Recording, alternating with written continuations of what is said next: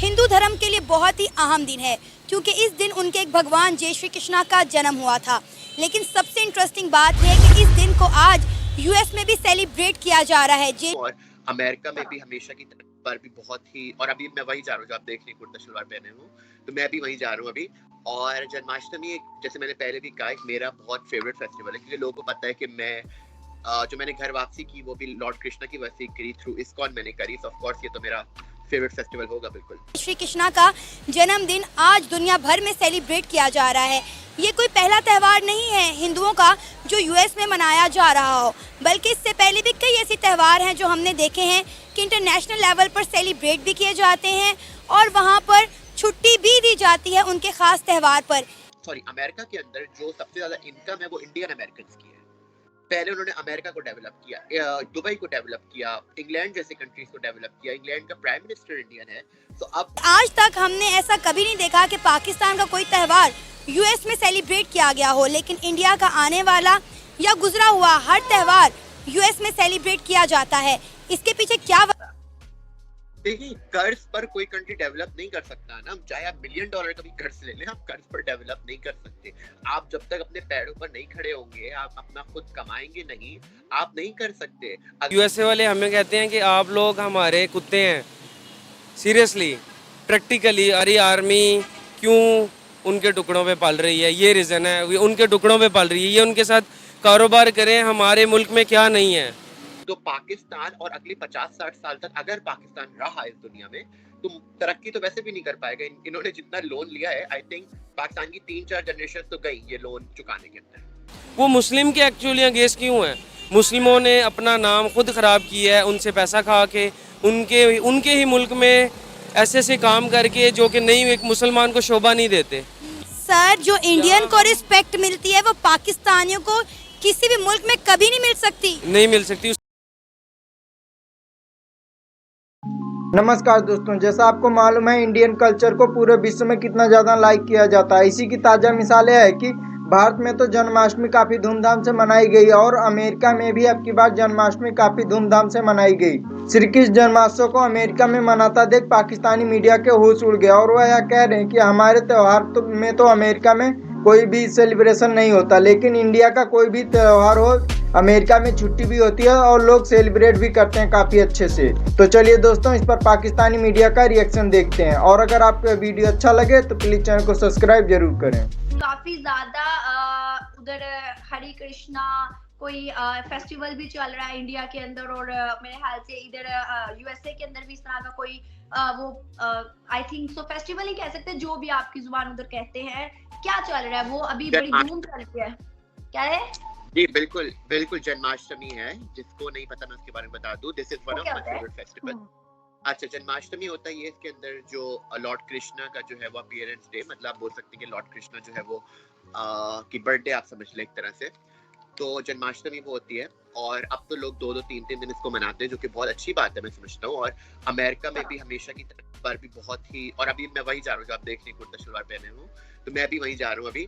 और जन्माष्टमी जैसे मैंने पहले भी कहा, एक मेरा बहुत फेवरेट फेस्टिवल है, क्योंकि लोगों को पता है कि मैं जो मैंने घर वापसी की वो भी लॉर्ड कृष्णा की वजह से करी, थ्रू इस्कॉन मैंने करी। ऑफ कोर्स ये तो मेरा फेवरेट फेस्टिवल होगा बिल्कुल।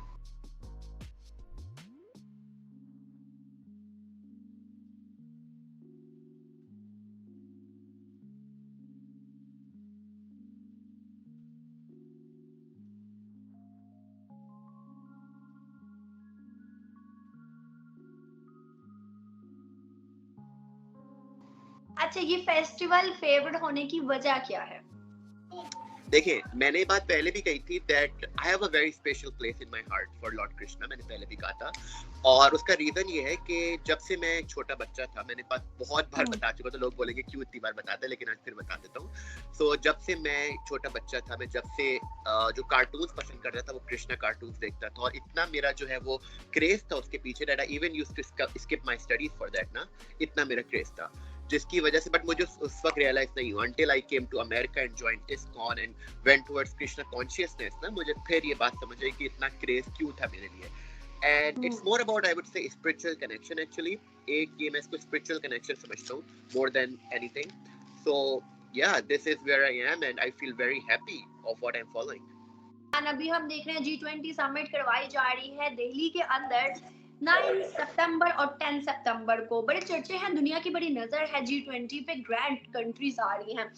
हम देखते हैं कि कल जो बाइडेन भी जा रहे हैं और हमारे सऊदीया के क्राउन प्रिंस भी जा रहे हैं, मोहम्मद बिन सुलेमान, और ये दोनों की एक बड़ी स्टेटमेंट है कि हम G20 पे जाएंगे, बिल्कुल जाएंगे, मगर एक दिन एक्स्ट्रा हम लेके इंडिया को एक्सप्लोर करेंगे, उसकी डेवलपमेंट पर नजर डालेंगे। और दूसरी जानिब हम देखते हैं मोहम्मद बिन सुलेमान पाकिस्तान आने वाले थे 6 घंटे के लिए। भाई उन्होंने 6 घंटे को कैंसिल करके, उन्होंने लात मार के उन्होंने कहा चलो भाई निकलो, मैं जा रहा हूँ 3 दिन के लिए इंडिया।